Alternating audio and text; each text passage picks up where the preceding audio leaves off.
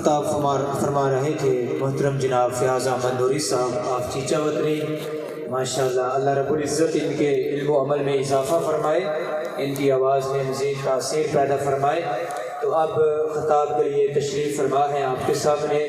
بہت سارے طلباء دین کے استاد محترم لاہور سے تشریف لائے ہیں، ہماری بڑے ہی عظیم اور بڑے ہی محترم شخصیت ہیں محترم جناب ندیم ظہیر صاحب حفظہ اللہ تعالی۔ اب آپ کے سامنے خیالات کا اظہار فرماتے ہیں۔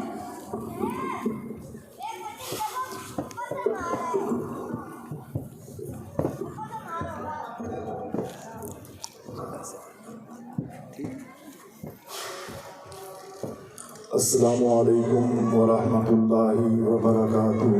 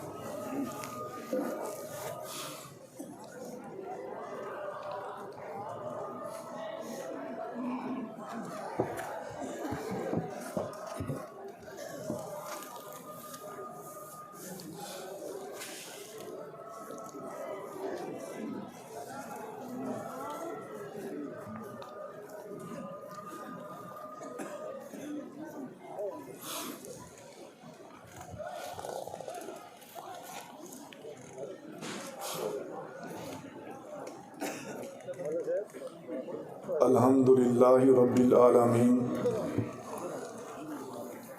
والصلاة والسلام علی رسولہ الامین، اما بعد فاعوذ باللہ من الشیطان الرجیم، بسم اللہ الرحمن الرحیم۔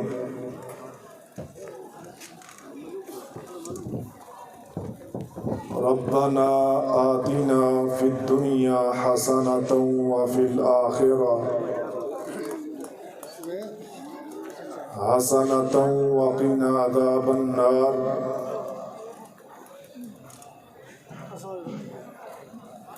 ہر قسم کی حمد و ثنا اللہ وحدہ لا شریک کے لیے، جو اللہ ہمارا خالق، مالک، رازق، حاجت روا اور مشکل کشا ہے۔ درود و سلام کائنات کی عظیم ہستی امام الانبیاء خاتم النبیین جناب محمد الرسول اللہ صلی اللہ علیہ وآلہ وسلم پر، جو ہمارے امام اعظم اور ہادی عالم ہیں۔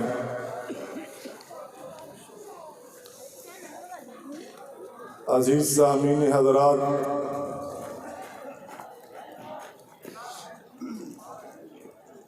اللہ کے حضور دنیا و آخرت کی بھلائی طلب کرنا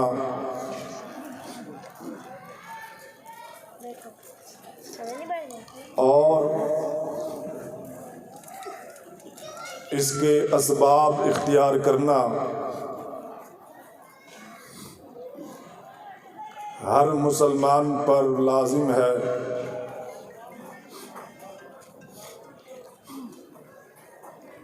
رسول اللہ صلی اللہ علیہ وسلم یہ دعا کثرت سے کیا کرتے تھے، ربنا آتنا فی الدنیا حسنۃ وفی الآخرہ حسنة وقنا عذاب النار۔ اور آپ کے پیارے صحابی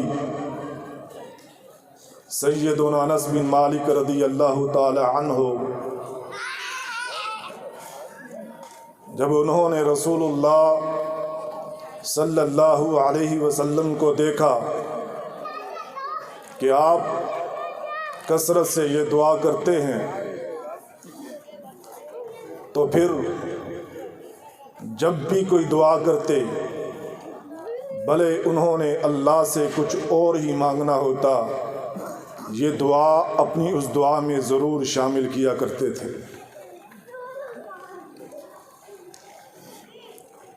آج کا یہ پروگرام اس اعتبار سے بڑا اہم ہے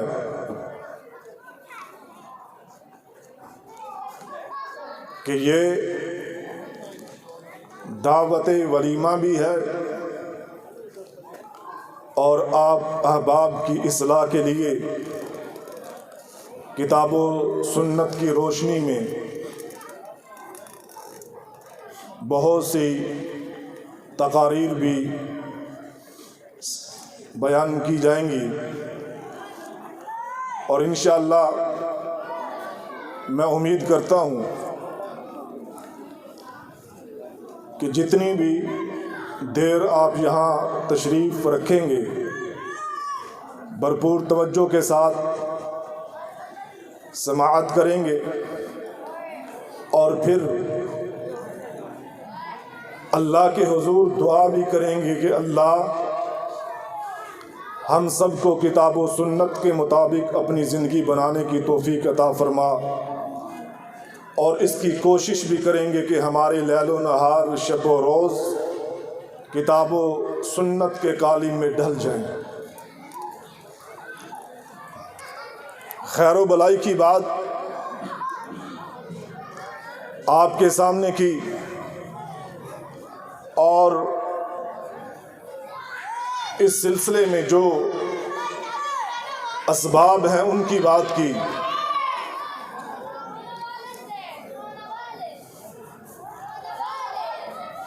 قرآن و حدیث کی روح سے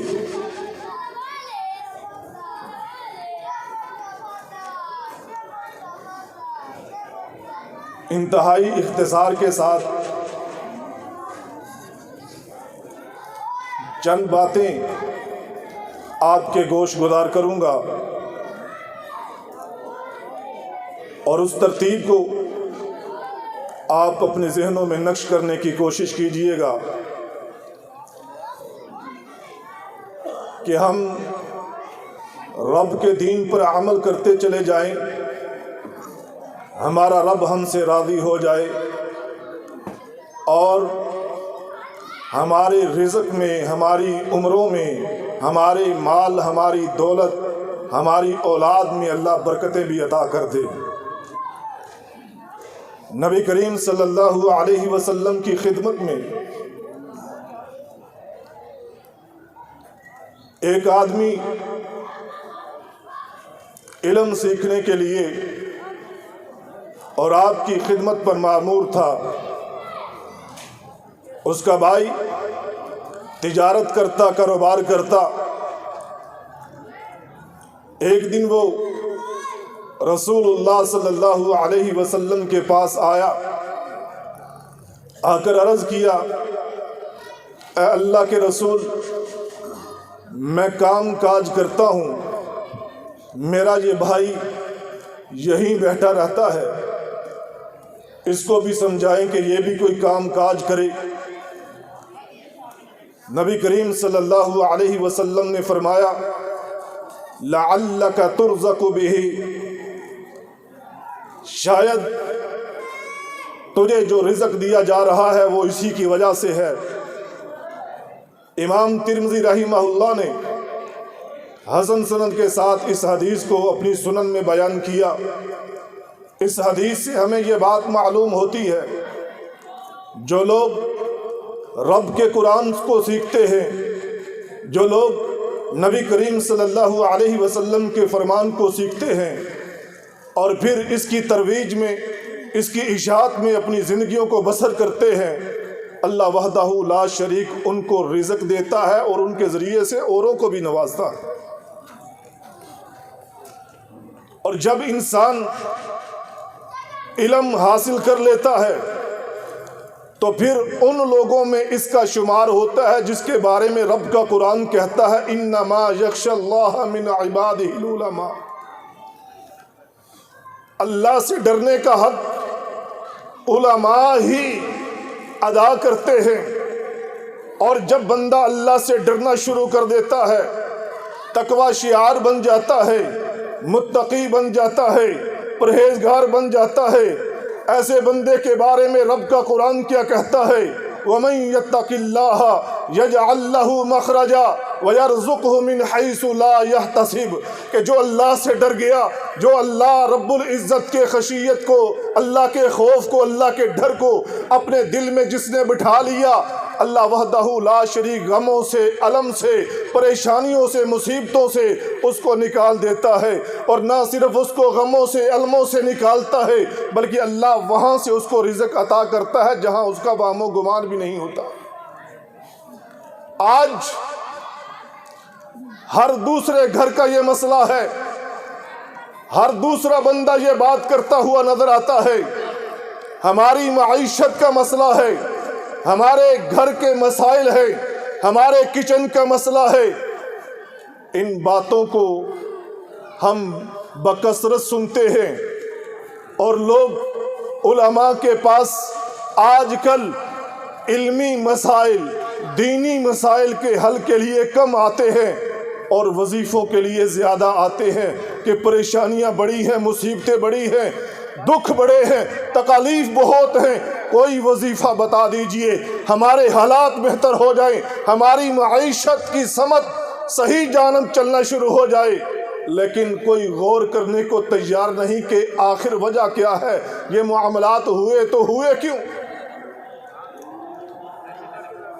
اگر انسان اللہ سے ڈر جائے، انسان کے دل میں اللہ کا خوف بیٹھ جائے، انسان کے دل میں اللہ وحدہ لا شریک کا ڈر بیٹھ جائے،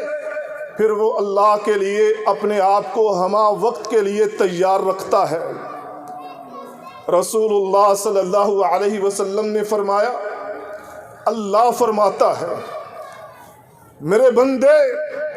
میری عبادت کے لیے خود کو فارغ کر، میری عبادت کے لیے فرصت نکال۔ اور آج ہمارا المیہ یہ ہے، ہمارے پاس دنیا کے ہر کام کے لیے وقت ہے، ہمارے پاس تاش لڈو کے لیے فرصت ہے، ہمارے پاس غیبت چغلیوں کے لیے ٹائم ہے۔ اگر ٹائم نہیں ہے تو رب کی عبادت کے لیے نہیں ہے، جبکہ اللہ فرماتا ہے بندے میری عبادت کے لیے وقت نکال، میری عبادت کے لیے فرصت کو نکال۔ اللہ وحدہ لا شریک اس کے نتیجے میں کیا کرے گا؟ اس کے نتیجے میں اللہ تیرے سینے کو تونگری سے بھر دے گا، تیرے سینے کو غنا سے بھر دے گا، اور اللہ تمہارے فقر کو، تمہاری محتاجی کو ختم کر دے گا، تمہاری مفلسی کو ختم کر دے گا۔ آؤ میرے بھائیوں، اللہ وحدہ لا شریک کے بتائے ہوئے قوانین، رسول اللہ صلی اللہ علیہ وسلم کے بتائے ہوئے قوانین، ان کو اختیار کیجئے، اور پھر دیکھیے گا اللہ کی رحمتوں کا نزول ہوتا، پھر دیکھیے گا اللہ وحدہ لا شریک کا فضل انسان پر کیسے ہوتا کہ وہ انسان مفلسی سے نکل جائے گا، وہ انسان حاجت مندی سے باہر آ جائے گا، اور اللہ وحدہ لا شریک اس کی حاجت روائی فرمائے گا۔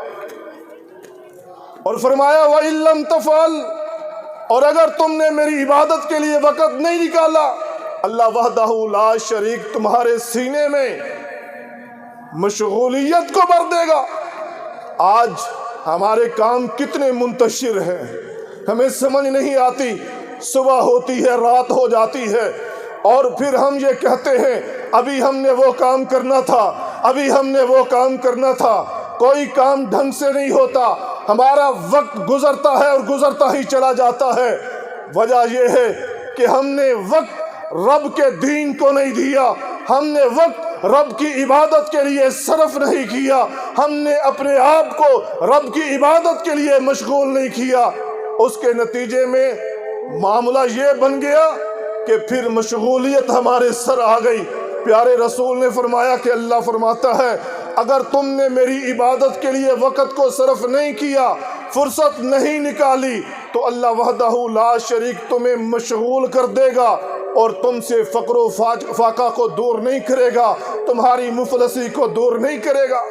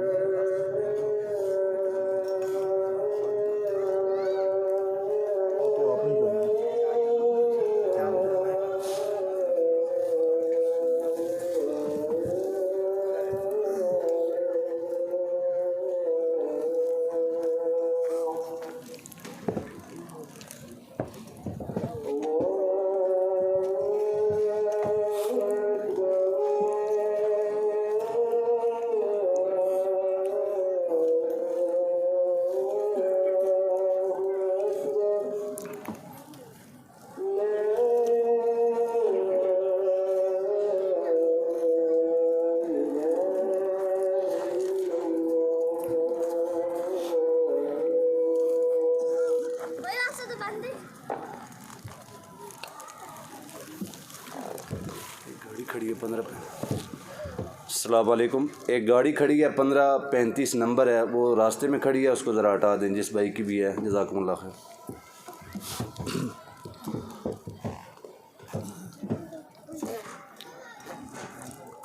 اب میں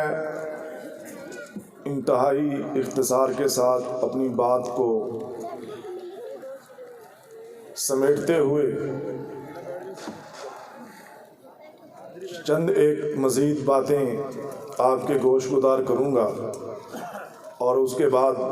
آپ سے اجازت طلب کروں گا۔ میں نے آپ کے سامنے جو موضوع پیش کرنے کی کوشش کی، کچھ تو بچوں کی شور کی نظر ہو گیا، کچھ آپ لوگوں کی عدم توجہ کا، اب میں آپ سے یہ التجا ہی کر سکتا ہوں، جو اس پروگرام کا مقصد ہے وہ اسی صورت میں پورا ہوگا جب ہم یہاں سے کچھ سن کر اور اپنی اصلاح کی نیت سے جائیں گے، اور اگر ہم روٹین وائز جیسے مجالس کو محافل کو اٹینڈ کرتے ہیں یہاں پر بھی اسی انداز کے ساتھ کریں گے تو ہمارے پلے کچھ نہیں پڑے گا، اور پہلے بھی ہمارے پلے کچھ بھی نہیں۔ تو اللہ کے لیے، اللہ کے دین کے لیے مخلص ہو جائیے، اور نبی کریم صلی اللہ علیہ وسلم کی حدیث کا احترام یہ ہے کہ اس کو پوری توجہ کے ساتھ سنا جائے۔ صحابہ کرام رضی اللہ عنہم اجمعین جب رسول اللہ صلی اللہ علیہ وسلم کا فرمان سنا کرتے تھے تو ایسے محسوس ہوتا جیسے ان کے سروں پہ پرندے بیٹھے ہوں، اگر وہ ذرا بھی حرکت کریں گے تو وہ اڑ جائیں گے۔ تو رب کے قرآن اور نبی کریم صلی اللہ علیہ وسلم کے فرمان کا یہ احترام ہے کہ جب یہ بیان کیا جائے اس کو پوری توجہ کے ساتھ سنا جائے، اور پھر اس پر غور و فکر کر کے اپنی زندگی ویسی بنانے کی کوشش کی جائے۔ تو میرے بھائی، عرض یہ کر رہا تھا، اگر ہم یہ چاہتے ہیں ہمیں دنیا کی بلائی بھی میسر آئے اور کل قیامت کے دن اللہ کے دربار میں ہم سرخرو ہو جائیں، کامیاب ہو جائیں، کامران ہو جائیں، فلاح پا جائیں، تو پھر ہمیں وہ اسباب اختیار کرنے ہوں گے جو اللہ اور اس کے رسول نے بتلائے ہیں، اور ان میں سے ایک یہ ہے کہ بندہ اللہ پہ توکل اس طرح کرے جس طرح اللہ پہ توکل کرنے کا حق ہے، کیونکہ جب بندہ اللہ پہ توکل کرتا ہے تو اللہ وحدہ لا شریک اس کو کافی ہو جاتا ہے۔ آج ہماری بد امنی کا ایک بڑا سبب، ہمارے اندر انتشار کا ایک بڑا سبب، اور ہم جو معیشت کا رونا روتے ہیں اس کا ایک بڑا سبب یہ ہے کہ ہم اللہ کی ذات پہ توکل نہیں کرتے۔ ہم نے اوروں کے ساتھ آسیں امیدیں لگا لی ہیں، ہم غیروں کے آگے جھکتے ہیں، ہم غیروں کے آگے جا کے اپنے دامن کو پھیلاتے ہیں، ہم غیروں کے آگے التجائیں کرتے ہیں۔ اللہ کے لیے بھائیو، وما قدر اللہ حق کا قدر ہی، ایسے مت بنیے بلکہ اللہ کی قدر کیجئے اور اللہ کی عظمت کو جانیے، اور اللہ وحدہ لا شریک پر اس طرح توکل کیجئے جس طرح اللہ وحدہ لا شریک پر توکل کرنے کا حق ہے۔ پیارے رسول صلی اللہ علیہ وسلم نے فرمایا، لوگو اگر تم اللہ پر اس طرح توکل کرو جس طرح اللہ پہ توکل کرنے کا حق ہے، اللہ وحدہ لا شریک تمہیں اس طرح رزق دے جس طرح اللہ پرندوں کو رزق دیتا ہے۔ پرندے صبح اپنے گھونسلوں سے خالی پیٹ نکلتے ہیں، اور شام کو جب اپنے گھونسلوں پہ واپس لوٹتے ہیں، نہ صرف ان کے پیٹ بھرے ہوتے ہیں بلکہ ان کی چونچوں میں ان اپنے بچوں کے لیے انہوں نے دانہ وغیرہ مزید اکٹھا کیا ہوتا ہے۔ اس طرح کا توکل چاہیے، اور جب ایسا توکل ہوگا اللہ وحدہ لا شریک ہمیں دنیا کے اندر بھی رزق عطا کرے گا، آخرت میں بھی اللہ وحدہ لا شریک ہمیں سرخرو فرمائے گا۔ اور استغفار کو لازم کیجئے، اللہ وحدہ لا شریک کے حضور توبہ طائب ہوئے، اپنی سابقہ زندگیوں پہ نادم ہوئے، وہ زندگیاں جن میں گناہ کیے ہیں، وہ زندگیاں جن میں معصیت کی ہے، وہ گھڑیاں، وہ ساعتیں، وہ لمحات جن میں اپنے پیارے رب کو ناراض کرتے رہے ہو، اس رب کو جو رؤوف بھی ہے، اس رب کو جو رحیم بھی ہے، اس رب کو جو رحمان بھی ہے، اس رب کو جو شفیق بھی ہے، اس رب کے سامنے روئیے، گڑ گڑائیے اور اپنے دامن کو پھیلا دیجئے، اللہ ہمیں معاف کر دے، اللہ ہمیں معاف کر دے۔ اور یہاں پر ایک بات مزید یہ کہنا چاہتا ہوں کہ جہاں ہم اللہ کے حضور توبہ کرتے ہیں وہاں ان اسباب کو بھی ختم کرنا ہوگا جو اسباب انسان کو برائی پہ اکساتے ہیں، جو اسباب انسان کو خطا پہ غلطی کے اوپر اکساتے ہیں وہ اسباب بھی اپنی زندگی سے دور کرنے ہوں گے۔ آج انسان کتنی ہی بار اللہ کے حضور گڑ گڑاتا ہے، اللہ کے حضور توبہ طائب ہوتا ہے،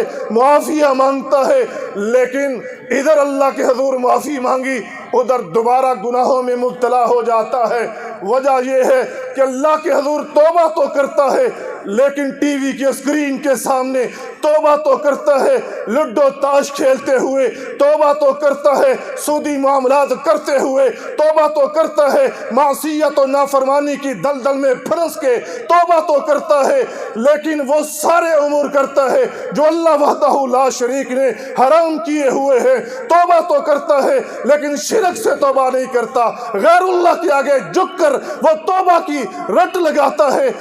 توبہ تو کرتا ہے لیکن رسول اللہ صلی اللہ علیہ وسلم کے راستے کو اختیار نہیں کرتا۔ دیکھیے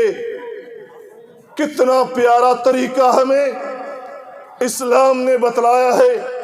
نبی کریم صلی اللہ علیہ وسلم نے وہ واقعہ بیان کیا کہ جس بندے نے 99 قتل کیے تھے، توبہ کے لیے پوچھنے کے لیے کسی راہب کے پاس گیا، اس نے کہا تیری تو توبہ قبول نہیں ہوگی، تو گناہ گار ہے، بڑا خطا کار ہے، قاتل ہے۔ اس نے اس کو بھی مار دیا۔ 100 قتل کیے۔ اور جب انسان گناہ کرتا ہے اور اس کا ضمیر بیدار رہتا ہے، اس کو وہ گناہ تنگ کرتا رہتا ہے، وہ سوچتا ہے کہ میں توبہ کر لوں۔ آج اگر ہم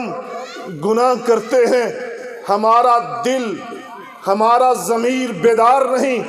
اور ہمیں پشیمان نہیں کرتا، نادم نہیں کرتا،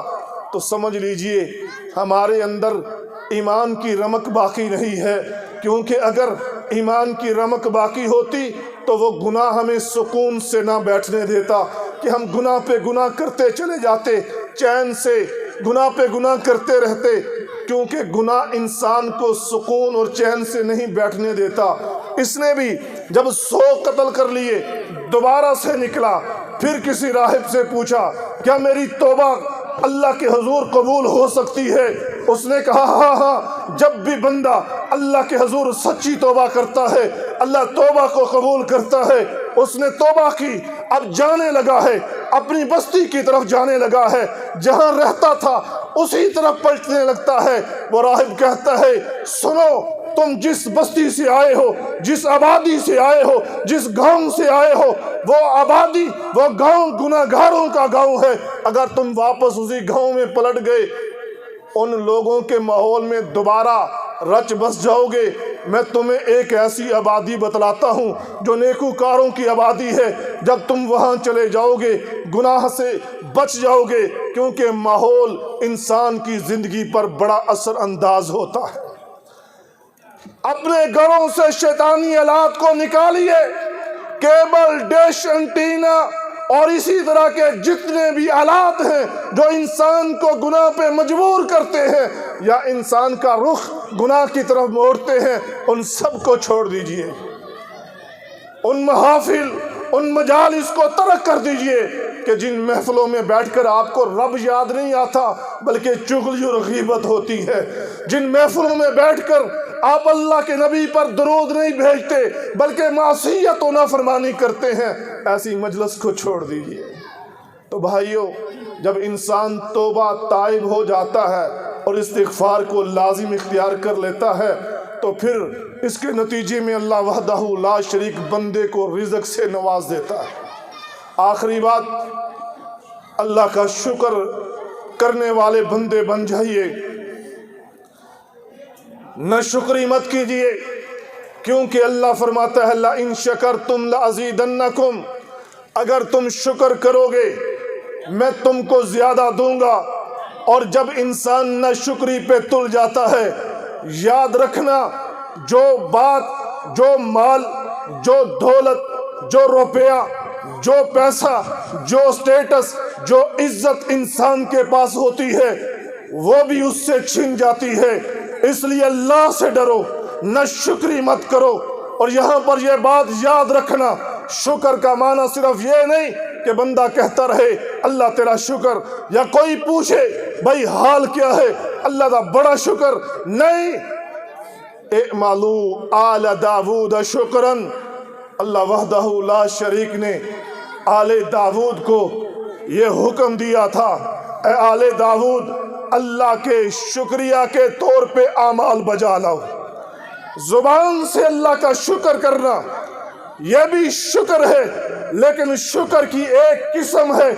مطلق شکر یہ نہیں ہے۔ مطلق شکر یہ ہے انسان کے دل میں اللہ کی نعمتوں کا احساس ہو، بندہ زبان کے ذریعے سے بھی اللہ کا شکر ادا کرے۔ وہ اللہ وحدہ لا شریک ہر اعتبار سے بندے کو نوازتا ہے، جو دل میں اللہ کی نعمتوں کا احساس کرتا ہے اللہ اسے بھی عطا کرتا ہے، جو زبان کے ذریعے سے اللہ کا شکر ادا کرتا ہے اللہ اسے بھی نوازتا ہے، اور جو اعمال کے ذریعے سے اللہ کا شکر ادا کرتا ہے۔ اور یہی اللہ کا تقاضا ہے، یہی اللہ کی طرف سے مطالبہ ہے، اعمال کے ذریعے سے اللہ کا شکر ادا کرو۔ آج لوگ کہتے ہیں اللہ کا بڑا شکر ہے، نماز پڑھتے ہو نہیں پڑھتے، اللہ کا بڑا شکر ہے، روزے رکھتے ہو نہیں رکھتے، اللہ کا بڑا شکر ہے، زکوٰۃ دیتے ہو نہیں دیتے، اللہ کا بڑا شکر ہے، حج کرتے ہو نہیں کرتے،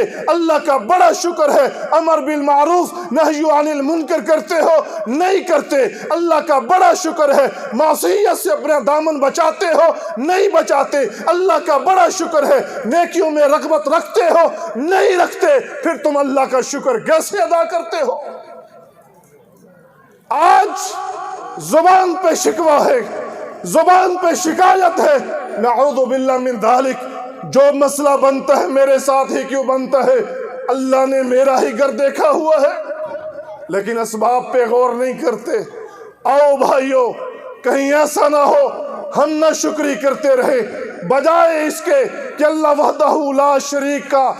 کی طرف سے فضل اور رحمت ہو، جو ہمارے پاس ہے وہ بھی ہم سے چھن جائے۔ کیونکہ آپ قوم سبا کا واقعہ قرآن میں سن چکے ہوں گے یا پڑھ چکے ہوں گے، اللہ وحدہ لا شریک نے ان سے یہی تقاضا کیا تھا، یہ باغات تمہارے ہیں، یہ مال تمہارا ہے، ان سے فائدے اٹھاؤ۔ لیکن ایک تقاضا ہے، وہ کیا ہے؟ وہ یہ کہ تم اللہ کا شکر ادا کرتے رہنا، لیکن انہوں نے اللہ کا شکر ادا نہیں کیا، نتیجے میں اللہ وحدہ لا شریک نے وہ باغات غرق کر دیے۔ وہ باغات جو دیکھنے والوں کو خوش کرتے تھے، اس کا پھل ایسا تھا کہ انسان کھاتا تو تر و تازہ ہو جاتا، نہ شکری کے نتیجے میں اللہ نے ان سے وہ سب چھین لیا۔ لَإِن شَكَرْتُمْ لَأَزِيدَنَّكُمْ، اگر تم یہ چاہتے ہو اللہ ہمارے رزق میں برکتیں عطا کرے تو اللہ کا شکر ادا کرو۔ اللہ فرماتا ہے مَا يَفْعَلُ اللَّهُ بِعَذَابِكُمْ إِن شَكَرْتُمْ، اللہ تمہیں عذاب دے کر کیا کرے گا اگر تم شکر ادا کرتے رہو۔ اس سے پتہ چلتا ہے کہ جو بندہ شکر ادا نہیں کرتا وہ اللہ کے عذاب کو دعوت دیتا ہے۔ آج ہماری ناشکری کی وجہ سے یہ وبائیں آتی ہیں، یہ بیماریاں آتی ہیں، یہ ہم جو معصیت کرتے ہیں، نافرمانی کرتے ہیں، اس کی وجہ سے، کیونکہ اللہ کے رسول نے فرمایا لم تظہر الفاحشۃ، جب کسی قوم میں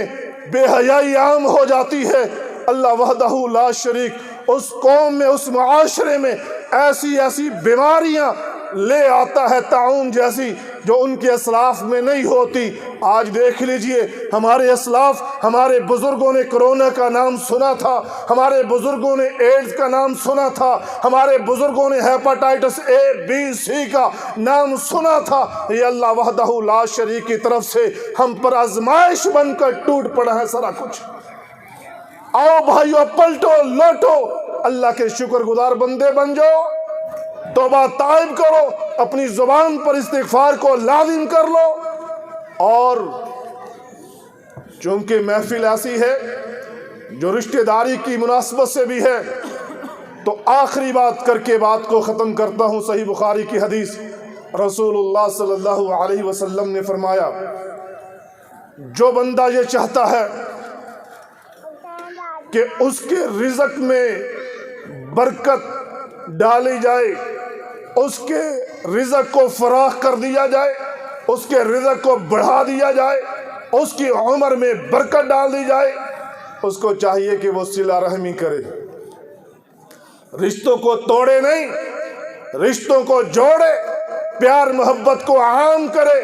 نفرت، بغض، حسد، کینہ، بغض، ان سب چیزوں کو ختم کرے۔ اور پیارے رسول نے یہ بھی فرما دیا کہ صلہ رحمی یہ نہیں کہ تم مجھ سے ملو گے تو میں تم سے ملوں گا، جیسا کہ آج کل ہمارے ہاں یہ ٹرینڈ ہے کہ وہ ملتا نہیں مجھ سے، میں کیوں ملوں، وہ ہمارے گھر آتا نہیں، میں اس کے گھر کیوں جاؤں۔ فرمایا اگر یہ اس سلسلے میں جو فضائل آئے ہیں ان کو حاصل کرنا چاہتے ہو تو صلہ رحمی کرو۔ اللہ ہمارا حامی و ناصر ہو۔ وآخر دعوانا ان الحمد للہ رب العالمین۔